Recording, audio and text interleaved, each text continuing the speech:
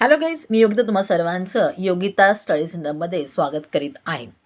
आपण काय काय बघितलेलं आहे, एरिया ऑफ अ सेक्टर कसा काढायचा, त्यानंतर आपण लेंथ कशी काढायची त्या एरियाची त्या सेक्टरची, तेही आपण पाहिलेलं आहे. त्याच्यानंतर आपण सॉल्व एक्झाम्पल पाहिले, ॲक्टिव्हिटी बेस्ड जो क्वेश्चन होता तो पण आपण सोडवलेला आहे. आता आपण 7.3 जे क्वेश्चन्स आपल्याला दिले ते सोडवायला सुरुवात करूया. तर आपला फर्स्ट क्वेश्चन आहे, radius of a circle is 10 centimetre. Measure of an arc of the circles 54 degree. Find the area of the sector associate with the arc. आणि आपल्याला पाया घ्यायचा आहे 3.14. लिहून घेतलेलं आहे. R is equal to 10 centimetre.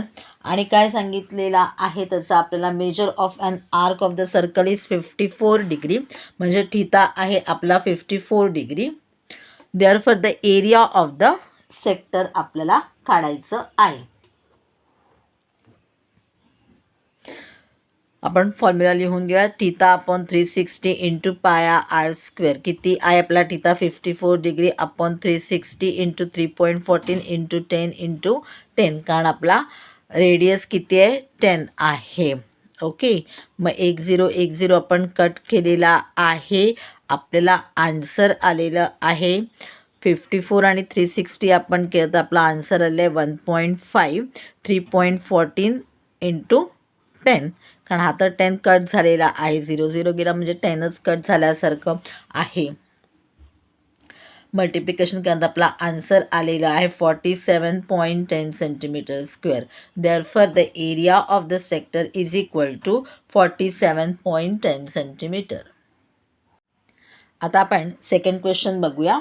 Measure of an arc of a circle is 80 centimetre and its radius is 18 centimeter. Find the length of the arc. पाया is equal to 3.14. लिहून घेऊया सगळी इन्फॉर्मेशन. आपला थीटा काय आहे? 80 डिग्री आहे.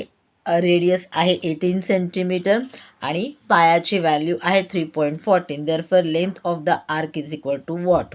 Length of the आर्कचा आपण फॉर्म्युला लिहून घेऊया. थीटा अपॉन 360 डिग्री इंटू 2 पाया R. 80 divided by 360 into 2 into 30, 3.14 into 18. 18 1 18, 18 2 36 means 20, 21 20, 24 80. म्हणजे आपल्याकडे काय राहिलं? 4 इंटू 2 इंटू 3.14 किंवा 4 2 8, 8 इंटू 3.14. आपला आन्सर आलेला आहे 25.12 centimetre. Therefore length of the arc is equal to 25.12 centimetre. आता आपण पाहूया तिसरा question.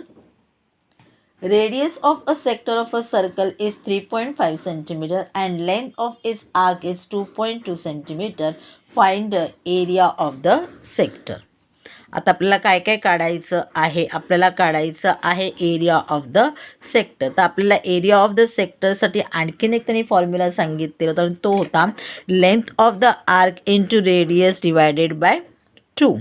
Area of the sector is equal to length of the arc into radius upon 2. मग आपण लिहिले लेंथ ऑफ द आर्क त्यांनी दिलेली आहे 2.2, रेडियस आहे 3.5 डिवायडेड बाय 2. आपला आन्सर आलेला आहे 2 1 2. सॉरी, इथे पण केलेलं नाही आहे. आपण 2.2 इंटू 3.5 करून 7.7 लेवलला आणि मग त्याला डिवायडेड बाय 2 केलं. आपण इथे असं पण करू शकतो, 2 1 2, 2 1 2, 2 1 2, 1.1 इंटू 3.5. आपला आन्सर येणार आहे 3.85. 11 5 55, 5 5 कॅरी फॉरवर्ड झाले. 11 3 33, 33 प्लस 5 38. 38 लिहिले. इथे एक नंतर पॉईंट आहे, इथे एक नंतर पॉईंट आहे, म्हणजे 2 नंतर पॉईंट आहे. म्हणजे आन्सर आला 3.85. Therefore area of the sector is equal to 3.85 centimetre square.